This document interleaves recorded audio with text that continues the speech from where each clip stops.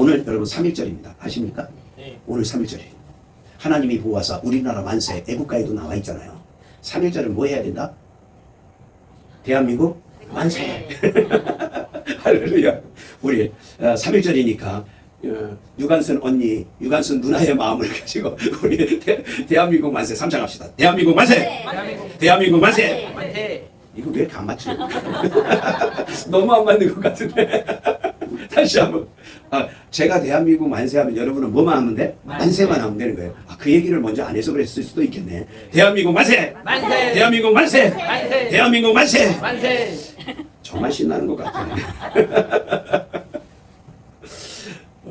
많은 사람들은 다양한 방법으로 우리나라가 이렇게 3.1절을 맞이해서 3.1절 이후에 독립을 맞이한 것이 신앙의 관점을 벗어나서 다양하게 생각하는 사람들의 무리가 있습니다. 그런데 기독교 안의 신앙은 이 3.1절을 통해서 하나님께서 믿음의 공동체를 한국교회 수많은 공동체를 일으켜서 결국은 3.1절에 이르게 하고 그 3.1절 운동의 수많은 바탕에 무엇이 있어요? 기독교 신앙인의 성도들의 피 흘림이 있습니다. 그러기에 여러분 3.1절은 어떻게 보면 하나님께서 이 민족에게 나타내신 세일이기도 한 겁니다. 그럼 우리는 무슨 시각으로 봐야 된다? 3.1절조차도 하나님의 관점에서, 믿음의 관점에서, 신앙의 관점에서 볼 수 있다면, 그것을 그리고 안다면 여러분의 눈이 열린 것입니다. 만약 그렇지 않다면 오늘 하나님 앞에 고백해야 됩니다. 하나님, 내 눈을 열어주옵소서. 내 눈을 열어주옵소서. 그런 고백이 어쩌면 우리에게 필요합니다. 말씀 안으로 들어가 보기를 원합니다. 오늘 9장 1절 이하에 있는 것처럼 소경, 길 가다가 예수님께서 한 소경을 바라봅니다. 한 눈먼 인생을 바라봅니다. 그는 태어날 때부터 보지 못했습니다. 9장 전체를 보면 그의 나이가 장성하도록, 장성이라는 말을 신약에 쓸 때 적어도 30세를 기준으로 하거든요. 가장 적게 말할 때는 약간 더워요.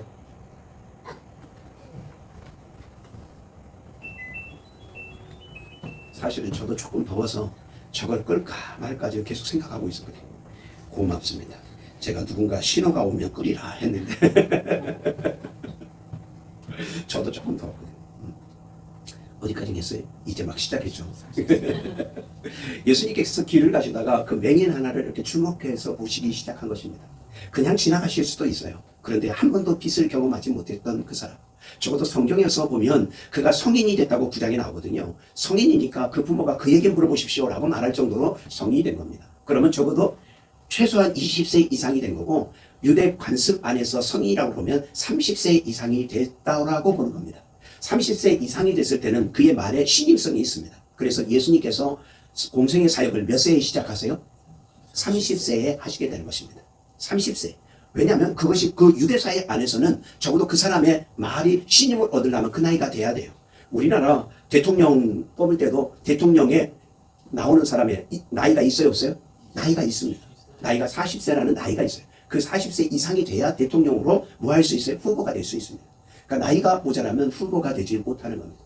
똑같이 적어도 한 사람이 어떤 말을 할 때 그 사람의 말에 힘이 있으려면, 그 사람의 말에 신임을 얻으려면 나이가 돼야 되는데, 오늘 이 눈먼 사람은 적어도 그 나이가 된 거예요. 그러니까 나면서부터 시작해가지고 30살, 적어도 30살이 될 때까지는 뭐 하지 못했어요? 그는 빛을 보지 못했습니다. 사람들이 그 부모나 또 주변에 있는 사람이 지금 낮이야 라고 이야기하는 소리도 듣고, 태양빛이 쨍쨍해 이런 말을 듣기도 하고, 또 그 부모가 이제 밤이야, 어두워, 조심해야 돼, 그렇게 이야기하지만 이 맹인에게는 낮이나 밤이나 낮이나 똑같아. 뭐 할 수밖에 없어요? 보지 못합니다. 빛에 대해서 설명 듣지만 빛을 보지는 못하는 겁니다. 희망에 대해서 들을 수 있지만 그러나 그 희망을 경험한 적이 결코 없습니다. 어쩌면 우리의 삶에서도 이 드라마 같은 일들이, 스토리가 우리에게도 있을 수 있습니다. 내게 보이지 않는 어둠, 그것은 어쩌면 우리의 모습일 수도 있습니다. 나는 눈을 뜨고 있지만 영적으로는 맹인이 되어 있는 사람도 있습니다. 믿음의 영이 뜨이지 않는 사람도 있습니다. 그래서 믿음에 대해서 얘기하면 답답해. 목사님은 왜 저렇게 얘기할까? 오히려 말씀에 대해서 얘기하면 답답해. 그렇게 반응하는 분들도 종종 경험하게 됩니다. 왜 그렇습니까? 바라보는 눈이 띄었느냐 띄지 않았느냐가 그 관점의 차이를 만들기 때문에 그렇습니다. 특별히 고난이 오고 문제를 만나고 아픔이 있을 때, 고통을 당할 때 우리는 그것의 이유, 왜라는 질문에서 믿음으로 나아가야 되는 그 단계를 발견하게 됩니다. 저도 한때는 하나님께 이런 질문을 했어요. 왜 왜 저입니까? 그런 질문을 했어요. 왜냐하면 제가 40대 한참 막 힘이 넘치고 매일 운동하고 그럴 때 저는 직장암 2기 선언을 받았거든요. 그때 수술하게 됐거든요. 여러분, 제가 기도하지 않는 사람이 아니에요. 제가 열심히 사역 안 한 게 아니에요. 그때 우리 교회가 100명, 120명 이렇게 성장할 때거든요.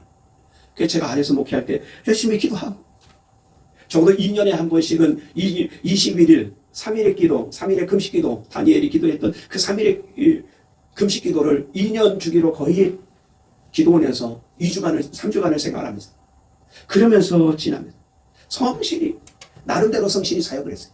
그런데 갑자기 직장암 2기 선언이 온 거예요. 남들보다 깨끗하게 살지는 않았지만 남들보다 더럽게 살지도 않았거든요. 그런데 왜 하나님이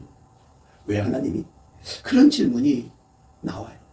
왜 이런 일이 내게 일어날까? 왜 이런 일? 저만 그렇습니까? 여러분의 삶 속에도 살다 보면 이런 일들이 종종 있습니다. 갑작스러운 실패, 갑작스러운 우리 자녀들에게 다가온 문제들, 또 끊이지 않는 가정의 이런저런 기도의 문제.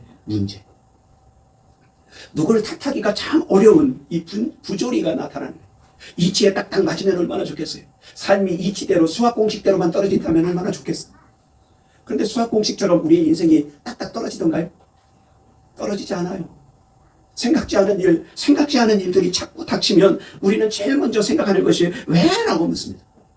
믿음 있는 우리는 하나님 앞에 맨날 이 질문을 해요. 왜요? 왜 하필이면 저예요? 저도 그랬어요. 목회하면서 직장암 2기 선거 받는데 처음 그거 받을 때는요, 갑자기 멍해지더라고요. 우리가 요즘 말로 하면 벙찐다고 그러죠. 벙찌더라고요. 아니, 제가 남들보다, 제가 얘기했잖아요. 남들보다 깨끗하지 않은지는 혹시 모르지만 남들보다 그렇다고 뭐라고 더럽게 살지는 않았는데 왜 접니까? 기도를 덜 한 거 아니에요? 전도를 덜 한 거 아니에요? 목회사역을 덜 한 거 아니에요? 왜 접니까? 그러면서 안에 이런 생각이 드는 거예요. 이거 도대체 누구 때문이야? 제가 한참 힘을 얻을 때 왜 하필이면 지금 막 성장하고 있는 이때에 더 건강하고 그럼 너무 좋은데. 그런 질문으로 하나님 앞에 막 신문하듯이 따지는 거죠. 제가 아플 때 여러분 기도를 멈췄겠습니까? 여전히 기도하고 있어요. 그런데 하나님께서 그런 질문을 통해서 우리가 하나님 앞에 더 가까이 갈 수 있는 통로를 마련하시. 여러분은 어떻습니까? 여러분에게 생각지 않은 일들, 여러분 아내에게, 여러분 남편에게, 여러분 자녀에게, 때로는 직장 안에서, 사업장 안에서 생각지 않은 일이 생겼을 때 이런 질문 해보신 적 없습니까? 왜 하필 저입니까? 이게 참 곤란해요. 그럼 남은 괜찮다는 말인가? 그런 생각이 들 때가 있죠. 그런데 우리는 우리 자신한테 얘기해요. 하나님 앞에 왜 하필 나예요? 거의 말할 수 없는 일들이 생기는 거예요. 그때 우리가 제일 잘하는 게 누구 탓을 하는 거예요. 누구 탓을 하는 겁니다. 오늘 성경에도 똑같아요. 요한복음 9장 2절 우리 같이 읽을까요? 시작. 이 사람이 맹인으로 난 것이 누구의 죄로 인함입니까? 본인입니까? 그의 부모입니까? 할렐루야. 지금 그 당시의 모습을 가장 잘 보여주는 거예요. 유대사회 안에서 맹인이나 문둥병이나 어떤 이 최고의 질병이 오면 그것은 뭐 때문이다? 죄 때문이라고 그들이 인식하고 있기 때문입니다. 죄 때문이다. 그러니까 이건 나면서부터 오면 도대체 이가 뱃속에서부터 죄를 졌느냐 아니면 그 부모가 어떤 죄를 졌느냐 그걸로 인해서 계속해서 뭐 하는 거죠? 계속해서 질문이 있는 거예요. 그런데 맹인된 사람의 입장에서 보면요 얼마나 큰 고통인지 몰라요. 내가 지금 맹인이어서 보지 못해서 답답해 죽겠는데 내게 찾아와가지고 너 뭘 잘못했어? 너 무슨 죄를 졌어? 나는 나면서부터인데 나한테 자꾸 질문하면 답을 할 수 있어요 없어요? 답을 할 수 없는 거예요. 그 부모도 죽겠는 거예요. 왜냐하면 내 자녀가 지금 맹인돼서 이 아픈 질병을 갖고 있으니 부모의 마음이 얼마나 아프겠어요. 그런데 그 부모에게 찾아가지고 말합니다. 당신 무슨 죄 졌습니까? 당신 무슨 죄 졌습니까? 이게 유대사회 안에서의 모습인데 오늘날 우리나라 안에도 좀 이런 것이 있어요. 어떤 일이 생겼을 때 우리는 자꾸 탓하면서 분석하려고 합니다. 분석해요. 그래가지고 누구 잘못이냐 누구 잘못이냐. 우리 가정 안에서 가끔 그런 부부싸움도 나지 않습니까? 자녀가 혹시 좀 이상한 행동을 하면 누구 닮아서 그래? 절대 나 닮아서 그렇다고 말하는 사람이 없어요. 당신 닮아서 그렇다고. 당신 닮아서 그렇다고. 왜냐하면 우리 안에 그런 모습이 있어요. 누구 탓하면서 누구 잘못이라고 그리고 그것을 그렇게 하면서 계속해서 언질하는 거예요. 오히려 아파하는 사람을 뭐하게? 더 아프게 하는, 고난당하는 사람을 더 고난 속에 집어넣는 그런 일들을 우리는 하고 또 하고 있는 것이 우리의 모습 중에 하나인 것입니다. 그러니 우리의 모습이 얼마나 아름답지 못한지 몰라요. 사실은 공감이 없는 거죠. 직장에 어려움 당하면 내가 부족한 걸까? 자녀에게 문제가 생기면 내가 잘못 키웠나? 갑작스러운 사고가 나면 하나님의 시그널, 하나님의 벌을 주시는 건가? 우리는 그렇게 먼저 접근을 합니다. 우리는 그렇게 접근해요. 어떤 일들이 생기면 혹시 내 탓인가? 아니면 네 탓인가? 누구의 탓인가? 원인을 찾고 어디로 몰아가요? 다른 사람에게 몰아. 다른 사람. 그러면서 정말 하나님께서 우리에게 주시는 그 모든 것을 잃어버릴 때가 참 많습니다. 그런데 이 질문, 예수님의 제자들이 하는 질문, 누구 탓입니까? 누구 때문입니까? 그 질문에 예수님이 관점을 바꿔버리십니다. 관점을 바꿔. 어떻게? 이렇게 말씀하십니다. 우리 9장 3절 같이 읽읍시다. 시작. 이 사람이나 그 부모의 죄로 인한 것이 아니라 그에게서 하나님이 하시는 일을 나타내고자 하심이라. 할렐루야. 아멘. 이 한 말씀으로 그 모든 문제를 바꿔버리십니다. 그들은 왜라고 하는 질문 앞에 오히려 하나님은 하나님이 하실 일이라. 고난의 원인을 추궁하는, 고통은, 문제는 원인을 추궁하는 시간이 아니라 오히려 그 시간이 하나님의 일을 드러내는 기회가 되고 축복의 통로가 되고 그것이 복의 근원이 될 수 있다라고 지금 예수님께서 우리에게 말씀하고 있는 것입니다. How? 하나님 이 문제를 어떻게 하실까요?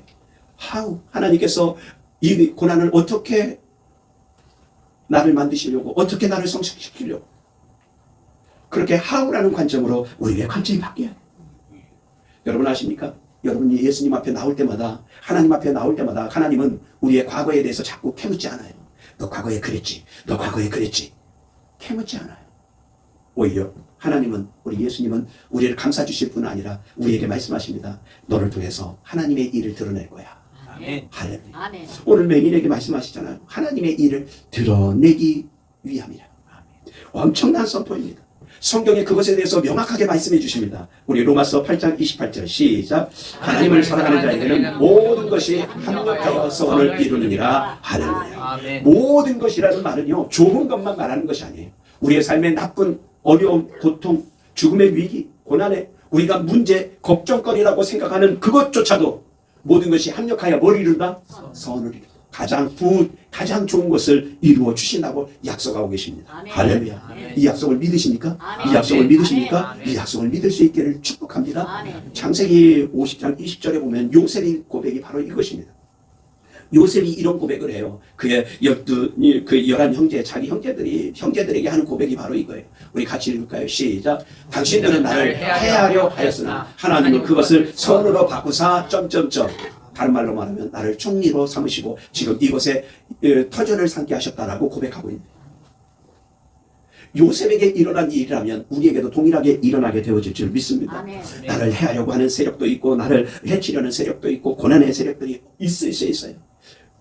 모든 것 안에 우리의 고통과 아픔과 이 맹인에게는 볼 수 없다는 그 고통의 문제가 그 안에 있는 것입니다. 그런데 그 모든 것이 협력하여 선을 이루시. 하나님께서 그것을 선으로 바꾸사. 할렐루야. 아멘. 하나님이 선으로 바꾸사. 아멘. 이것이 바로 하나님이 하시는 일. 사람은 우리의 문제, 우리의 고통, 우리의 어려움 그걸 만나면요 상처를 자꾸 만들어줘요. 상처를 만들어요. 여러분 성경 안에 욥을 기억하십니까? 욥에게는 지나치게 친한 친구 3명이 있었습니다. 아시죠? 욥기서를 읽어보면요 욥기서 1, 2장은 욥이 당한 고난이고요 3장부터 시작해서 또 다른 고난이 찾아옵니다. 그것이 어디까지 가냐면 39장까지 3장에서 39장까지 36장이 계속 나오는 거예요. 그때 그 친구들이 욥에 대해서 얘기합니다. 그 내용 전체가 뭐예요? 인과율이에요. 인과응보의 내용이 3장부터 시작해서 39장까지. 다른 말로 하면 그 36장을 한마디로 딱 줄이면 무슨 말인지 알아요? 욥이 고난을 당하니까 찾아와가지고 이렇게 말하는 겁니다. 네가 뭔가 잘못해서 지금 이 벌을 받는 거야. 그것이 3장부터 해서 39장까지 36장을 얘기하는 거예요. 37장을 얘기해요. 그거에 대해서 욥이 대답하는 말로 가득 차 있는 것이 3장부터 39장까지. 제일 친한 친구들이 와가지고 지금 악종이 나가지고 몸은 온통 짓물러져가지고 기왓장으로 긁어야 시원하다고 성경이 기록하고 있거든요. 그렇게 고통당하고 있는 겁니다. 자녀 다 잃어요. 재산 다 잃어요. 여러분 아내 믿지 마세요. 욥의 아내가요. 부자리 잘 살 때는요. 와 당신밖에 없어. 그러더니 욥이 고통당하니까야 뭐라고 말하고 떠나가요? 차라리 하나님을 저주해라 하고 떠나버려요. 남편 너무 믿지 마. 아내 너무 믿지 마. 사람 너무 믿지 마.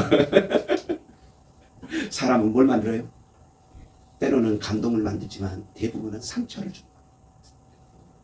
가까운 사람일수록 상처를 우리는 더 많이 받습니다. 먼 사람이 얘기하는 건 상처가 좀 덜 돼요. 근데 가까이 있는 사람이 이야기하는 상처. 오늘 이 맹인도 똑같아요. 욥기서 40장, 41장, 42장이 없으면 욥은 정말 괴로워서 못 살겠어요. 가요에 있는 것처럼 가요에 한마디 있잖아요. 괴로워 못 살겠어요. 그런 거 있는데 뭔 노래인지 모르지만 여러분 욥이 그랬을 거예요. 근데 40장, 41장, 42장에 하나님께서 그들에게 임해서 욥의 친구들을 뭐 하시고 욥의 친구들에게 오히려 징계하시고 욥을 높여주시고 욥으로 하여금 욥의 친구들의 하나님은 사람은 상처를 만들지만 하나님은 나의 문제, 나의 고통, 나의 어려움을 뭘로 만들어요? 스토리로 만들어요. 간증거리로 만들어요. 할렐루야. 여러분 오늘 맹인도 똑같아요. 오늘 맹인도 30여 년 살 동안 얼마나 큰 짐이었겠어요. 얼마나 큰 짐이었겠어요. 우리 큰딸이 한 번은 그런 얘기 하더라고요. 아빠 목사의 자녀로 안 살아봤지. 우리 둘째 딸도 그때 그 옆에 있으면서 동의를 했는데 그런 것 같아요. 아빠 안 살아봤지. 그 말을 들으니까 뜨끔을 하더라고. 근데 쟤들은 또 반대로 믿지 않는 부모 밑에 살아보지 못했잖아. 저는 믿지 않는 부모 밑에서 목사가 됐으니까 얼마나 힘들었는지 쟤들은 또 모르잖아요. 하여튼 가까이 있지만 가까이 있기 때문에 가슴 따뜻하지만 또 반대로 사람은 뭘 줘? 상처를 줘. 근데 하나님은 그 사이에서 우리로 하여금 스토리를 만드시고 그리고 축복의 통로로 우리에게 이끌어 가시는 줄 믿으시면 아멘. 아멘. 합력하여 선을 이루시는 분이 누구시다? 하나님. 하나님. 오늘 그리고 예수님께서 말씀하십니다. 이 말씀을 선포하신 이후에 그의 눈에다가 진흙을 이겨 눈에 바르십니다. 진흙을 바르십니다. 여러분 진흙 사람은 본래 무엇으로 만들었어요? 창조 때? 진흙으로 만들지 않습니까? 하나님께서 흙으로 사람을 창조하십니다. 그러니까 그 새 창조를 누구에게 지금 예수님께서 이 소경의 눈을 열기 위해서 지금 흙을 사용하시는 것입니다. 흙을 사용. 여러분 이건 어떻게 보면 흙을 사용한다는 것이 사람들의 의학적인 개념에서 보면 전혀 맞질 않아요. 전혀 맞지 않아요. 믿음은 이해해서 오는 것이 아니라 믿음은 순종해서 오게 되어지는 것입니다. 그러므로 이것은 전혀 다르다. 그리고 나서 예수님이 하신 말씀 뭐라고요? 실로암으로 가라. 실로암에 가서 씻으라고 말. 여러분 맹인이 실로암 찾아가는 일 쉬울까요? 어려울까요? 어렵죠. 맨날 가던 길이라도 늙은 사람이 가는 그 속도에 비하면 맹인이 찾아가기란 쉽지 않습니다. 왜? 길은 알아도 앞에서 어떤 상황, 사람과 부딪힐 수도 있고 물건들이 앞에 있어서 다시 뭐 할 수도 있어요. 걸려 넘어질 수도 있고. 그러니 사실은 실로암으로 가라. 그 말 들었을 때요. 바로 고쳐주시지. 그런 생각할 수 있잖아요. 제가 이 얘기를 그냥 하는 것이 아니라 예수님께서 실제로 공생에 이 마태마가 누가 요한복음에 보면 예수님께서 특별히 맹인을 많이 고쳐주십니다. 사건 중에 보면 문둥병자보다 더 많이 나오는 게 맹인이거든요. 근데 이 맹인을 고치시는 사건이 6번이 등장을 하게 되는데 그 6번의 내용에 보면 전부 다 손으로 만져 고치시든지 믿음으로 내 믿음대로 될지어다 그리고 고쳐주시든지 여리고 바디메오가 주여 달려오는 그에게 내 말씀만 하시니까 그 눈이 뜨이게 되거든요. 그러니 다른 사람에 비하면 어디까지 가야 돼요? 실로암까지 가야 되잖아요. 실로암 가서 씻어야 되잖아요. 그러니 이 맹인이 따질 수 있잖아요. 아이고 왜 남들은 그렇게 고치시고 나한테는 실로암까지 가게 하고 또 하나는 남들한테는 그렇게도 안 하시고 나한테는 진흙이나 잔뜩 바르고 맹인의 입장에서 보면 그렇잖아요. 적어도 그 예수님께서 어떻게 고치셨는가 그것을 들었던 사람이라면 그렇게 따질 수 있잖아요. 그런데 예수님께서는 뭐라고요? 실로암으로 가라. 다른 말 하지 않아요. 설명도 하지 않아요. 그리고 가라고 말씀해요. 그런데 놀라운 건 이 맹인도 뭐 하지 않아요? 따지지 않습니다. 왜 그 사람들에게 그렇게 하고 왜 나한테는 이렇게 합니까? 그걸 분석하지도 않아요. 아무런 어떻게 보면 다른 생각 하나도 않고 말씀하신 그대로 그저 갑니다. 가다가 넘어졌을 수도 있고요. 가다가 엎어졌을 수도 있고요. 가다가 사람하고 부딪혔을 수도 있습니다. 그런데 가서 그는 씻습니다. 눈을 씻습니다. 그런데 그때 놀라운 일이 생깁니다. 무슨 일이 일어나죠? 눈을 뜨고 보게 됩니다. 할렐루야. 우리가 잘 아는 말 중에 백문이 불여일견. 다른 말로 하면 뭐예요? 100번 듣는 것보다 한 번 보는 것이 낫다. 그 뜻입니다. 여러분, 이건 신앙 안에서도 똑같습니다. 신앙 안에서는요, 백문이 불여일순입니다. 100번 말씀을 듣고 100번 예배 드리는 것보다 한 번 하나님의 말씀에 순종하는 것이 훨씬 낫다는 뜻입니다. 우리는 말씀을 듣기는 많이 듣는데 순종하지 않습니다. 그렇잖아요. 순종하지 않아요. 그러면서 계속해서 말씀을 들어요. 그러면서 계속 말씀을 판단합니다. 그러면서 계속 아이 하나님, 아이 하나님. 그건 아니잖아요. 순종이나 하면서 그래 봤죠. 그것도 아니면서 아이 그거 내 생각하고 다른데요. 아니요, 그게 아니에요. 따라해 봅시다. 백문이 불여일순. 백문이 불여일순. 한 번 더. 백문이 불여일순. 백문이 불여일순. 할렐루야. 아멘. 이것이 정말 중요한 거예요. 백문이 불여일순. 한 번 순종하는 것이 100번 듣는 것보다 낫고 100번 예배 드리는 것보다 나은 것입니다. 또 이렇게 제가 설교하면요, 전 부담스러워. 왜냐하면 100번 예배 드리는 것보다 한 번 순종하는 것이 낫다. 그러니까 나는 한 번 순종하기 위해서 올해는 365일 중에 3번만 딱 드리면 되네, 예배를. 꼭 이러는 사람이 있어. 참 미치고 환장하겠어. 말 뜻을 못 알아듣는 사람들이 있어. 여러분, 백문이 불여일순, 이건 너무 중요한 거예요. 그러므로 우리가 지금 하나님 앞에 우리의 질문, 우리의 관점을 좀 바꿔야 됩니다. 왜? Why? 왜 나입니까? 대신에 주님 어떻게 하시려고 하십니까? 어떻게? 뭐로? Why에서 How로. 왜? 대신에 어떻게 이 문제를, 어떻게 이 고난을, 어떻게 이 시련을 바꾸려고 하십니까? 그러므로 여러분, 이번 주 동안에 이런 일 좀 한번 해보십시오. 여러분, 기도거리 있습니까? 여러분, 기도의 문제가 있습니까? 아, 이거 문제라고 생각되는 것이 있습니까? 이거 고통이라고, 고난이라고 생각되는 거 있습니까? 거기에다가 뭘 붙여요? 스티커, 포스트잇 하십시오. 뭐라고? 하나님이 일하실 자리. 하나님이 나타나실 자리. 여러분, 질병이 있습니까? 어느 자리입니까? 거기에다가 뭘 붙이자고요? 포스팅을 좀 붙이세요. 하나님이 일하실 자리. 할렐루야. 하나님의 일하실 자리. 그래 놓고 걱정거리를 무슨 거리로 바꿔요? 기도거리로 바꿀 수 있기를 축복합니다. 문제거리가 아니라 뭐라고요? 기도거리야. 혹시 문제가 또 생기면 기도의 제목이 하나 더 생긴 것뿐이고 그 자리가 바로 하나님이 일하실 자리고 하나님의 축복의 통로가 될 자리고 그것이 상처가 아니라 스토리, 간증될 자리임을 기억할 수 있기를 축복합니다. 이것이 얼마나 중요한지 몰라요. 그리고 이제 가야 돼. 우리도 신뢰함으로 가야 돼. 뭐라고요? 사과해야 될 사람이 있으면 사과하고 용서해야 될 사람이 있다면 찾아가서 용서해 줘야 되고 사과할 사람이 있으면 찾아가서 사과해야 돼. 예배의 자리를 회복하고 말씀의 자리를 회복하고 미루었던 순종의 자리가 있으면 순종의 자리, 그리고 헌신해야 될 자리가 있다면 헌신해, 희생의 자리가 있다면 희생의 자리를 하나님 앞에 나아가는, 이것이 얼마나 중요한지 몰라요. 여러분, 우리가 변하면 세상은 변한다. 변한다? 세상은 변합니다. 내가 변하면 우리가 변하고요, 우리가 변하면 세상은 변화되어지는 것입니다. 할렐루야. 아멘. 이것이 얼마나 중요한지 몰라요. 우리가 함께하는 공동체로서, 함께하는 교회로서 이렇게 고난을 당한 사람을 만나면, 어려움 당하고 문제가 있고 기도의 제목이 있는 사람 만나면 왜 당신한테는 그런 일이 있어? 라고 묻기 이전에 뭐예요? 그것을 위해서 함께 기도하는 공동체. 자꾸 캐묻지 마요. 무슨 수사관이야? 왜 자꾸 캐물어? 캐물어. 아프면 어떻게 공감하고 뭐예요? 우리 같이 기도합시다. 그래지만 얼마나 좋아. 왜 그런 일을 당했대? 왜 그랬대? 분석하지 마요. 의사도 아니면서 수사관도 아니면서 자꾸 신문하려고 하지 마요. 그건 함께하는 공동체가. 어려움, 우리 교회 성도 가운데 누가 어려움 당하면 왜 그런 일이 당했냐고 왜라고 묻지 않고 뭐라고요? 우리는 같이 하나님이 일하실 겁니다. 하나님이. 그리고 같이 기도해 주는 거죠. 이것이 너무 중요해요. 여러분, 더 나가서 문제 앞에 우리가 함께 하나님의 일을 기대하면서 어둠을 만났을 때 뭐 하는 거예요?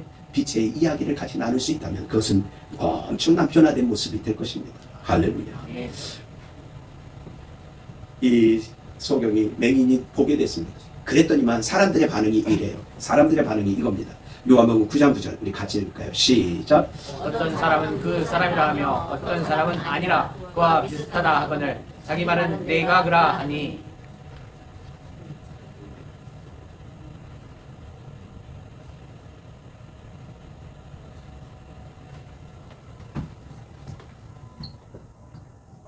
사람들마다 반응이 달라요. 어떤 사람은 그 사람이라고 하고 어떤 사람은 비슷한 사람이에요. 그런데 이 사람은 하나님을 만난, 예수님을 만난 이 사람은 뭐라고 말해요? 내가 그 사람이에요. 내가 그 사람. 전에는 내가 맹인이었지만 지금은 봅니다.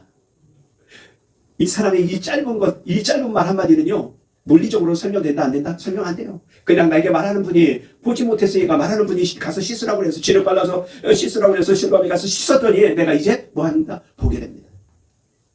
전에는 내가 맹인이었지만, 그럼 간증은 복잡한 게 아니에요. 간증은 내게 나타난 하나님을 그냥 그대로만 말하는 거예요. 논리적으로 분석해서 말하는 게 아니에요. 하나님 앞에 이 기도했는데 하나님이 이렇게 응답해 주셨습니다. 안 믿는 사람은 분석하려고 그럴 거예요. 그 자녀가 뭔가 열심히 해서 그랬겠지. 자녀가 똑똑해서 그랬겠지. 당신이 똑똑해서 그랬겠지. 당신이 이 문제에 대처를 잘해서 그랬겠지. 분석하려고 하려는지 몰라요. 그런데 우리는 아주 간단해요. 내가 전에는 맹인이었으나 지금은 봅니다. 우리의 간증도 똑같아야 돼. 그 짧은 것이 너무 강렬한 간증이 돼. 그 간증이 복잡하면 안 돼. 여러분, 고난은 하나님의 영광을 나타내는, 그러기에 확성기 축복의 통로가 돼요. 이 사람 여러분 다 기억합니까? 닉 부이치치. 남에서부터 팔다리가 없이 난 닉 부이치치가 어떻게 사는지는 우리가 너무 잘 압니다. 얼마나 희망차게 사는지. 지금의 닉 부이치치를 보면 전혀 생각할 수 없는 거예요. 그런데 아십니까? 그가 자살을 몇 번 시도해요? 3번을 시도합니다. 이렇게 사느니, 그 학생 때 아이들한테 놀림당하고 그러면서 이렇게 사느니.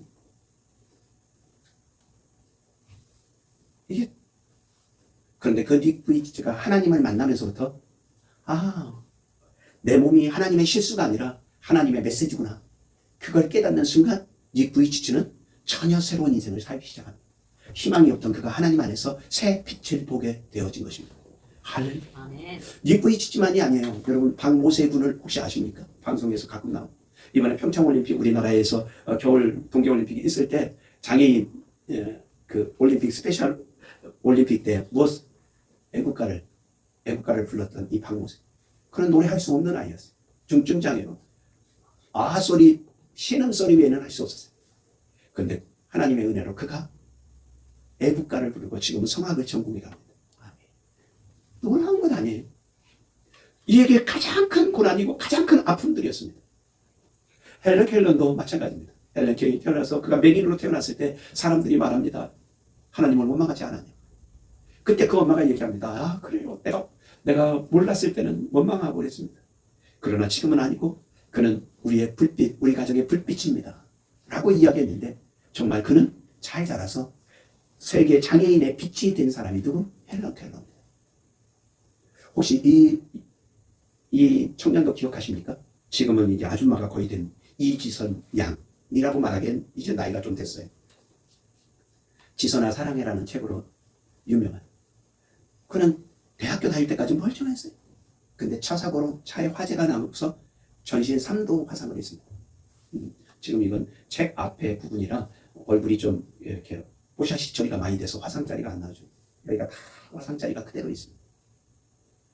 근데 그가 고백하는 것이 바로 그럼에도 불구하고 내가 살아남은 이유는 분명합니다. 그런 고백을 합니다. 하나님 앞에 영광 돌리는 그 삶이 있어요. 우리는 이런 사람들 보면서 그렇구나 희망을 발견합니다. 그런데 사실은 이런 고난, 이런 아픔이 있어도 이것이 무엇과 내게는 너무 먼 얘기처럼 들릴런지도 모릅니다. 왜냐하면 이건 남의 얘기고 내가 당하는 고통, 내가 고난 당하는 것, 내 기도 문제, 내 문제는, 내 고난은, 내 아픔은 내 것이기 때문에 더 크게 느껴지는 거예요. 그래서 우리는 곧잘 생각합니다. 이거 어떡하지? 그러면서 또 Y 앞에 주저앉습니다. 그런데 여러분 기억하십시오. 오늘 실로암에 가서 씻으라 말씀하신 그 예수님께서 우리에게 동일하게 말씀하십니다. 우리의 고난은 끝이 아니라고. 실패도 아니라고. 저주도 아니라고. 낭비도 아니라고. 오히려 그것은 하나님의 영광, 하나님의 일을 나타내려 하시는 것이고 축복의 자리인 것을 우리에게 알려주십니다. 할렐루야. 그러므로 우리는 기억해야 됩니다. 문제의 자리는 하나님의 역사의 자리고 오히려 걱정거리는 기도의 자리고 축복의 자리고 오히려 축복의 통로가 될 수 있습니다. 우리 둘째 딸이 여기까지 오려면 적어도 2시간에서 2시간 반을 걸려서 옵니다. 그래서 제가 오라고를 못했어요. 오라고를. 그런데 계속 혼자 생활하다가 아마 작년 이렇게 넘어오면서 갑자기 일거리가 좀 줄어든 것 같아요. 그러면서 저희하고 같이 얘기 나누다가 그럼 우리 교회 가서 같이 교회 섬기자 그랬더니 2시간 반을 걸어서 이제 넘어서 오는 겁니다. 그런데 놀라운 건 그 결정을 하고 다시 교회로 돌아오니까 그 주부터 어떤 일이 일어나요? 이 일이 갑자기 늘어가지고 지금은 한 주간이 바쁘대.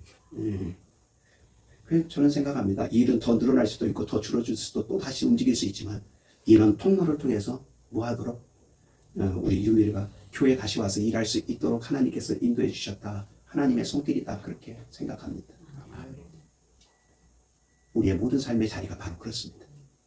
우리의 모든 삶의 자리, 모든 아픔의 자리, 눈물의 자리, 그곳이 축복의 자리인 것입니다. 기도합시다. 이 시간에 같이 기도하기를 원합니다. 우리 각자에게는 마음에 숨겨진 고난이 있을 수 있습니다. 아픔이 있을 수 있습니다. 눈물의 자리가 있을 수 있습니다. 질병의 자리가 있을 수 있습니다. 수년 동안 기도해 왔을 수도 있습니다. 지금도 기도하고 있는 문제일 수도 있습니다. 지금도 건드리기만 하면 아픈 자리일 수도 있습니다. 그래서 남에게 꺼내놓지도 않고 말하기도 싫을 수도 있습니다. 그러나 분명한 것은 그 자리가 바로 하나님의 하시는 일을 나타낼 자리, 하나님의 영광, 하나님의 축복의 자리가 될 수 있습니다. 우리 이 시간 주님 앞에 기도하기를 원합니다. 하나님, 지금 이 자리가, 이 고통의 자리가, 이 아픔의 자리가, 이 질병의 자리가 하나님의 축복의 통로가 되게 해달라고, 하나님의 영광이 나타나는 자리가 되게 해달라고 우리 같이 기도하기를 원합니다. 우리 개인의 문제도 기도할 뿐 아니라 우리 나라와 민족을 위해서도 기도하기를 원합니다. 3일 전에 그 아픔을 딛고 우리 민족이 일어섰습니다. 이 민족 앞에 또 이 시대를 향한 또 다른 아픔이 곳곳에서 있을 수 있습니다. 그곳에서 하나님 정말 대한민국 만세, 하나님이 모아서 우리나라 만세 외칠 수 있는 그 회복의 역사가, 축복의 역사가 이 민족 가운데 일어나고 한국교회에 나타나고 여러분 가정에 나타나기를 소망하면서 우리 잠깐 동안만 같이 우리 기도하도록 하겠습니다. 기도합시다. 오 하나님 아버지 참으로 감사합니다. 오늘 실로함을 향해서 가는 이 맹인을 봅니다. 30여 년 동안 보지 못했고 원인도 알지 못하고 그저 태어나 보니까 맹인이었던 그래서 빛을 전혀 보지 못했던 이 사람, 이 시력을 전혀 보지 못했던 이 사람, 정말 고난과 아픔 그 자리에 평생이 있었어야 될지도 모르는 그 사람, 예수님이 주목하시면서 그에게 다가가 그의 눈을 만지시고 실로암에 가서 시수라 말씀하실 때 그는 전에는 맹인이었으나 이제는 복이 됐습니다. 간증하는 사람이 그에게 있었습니다.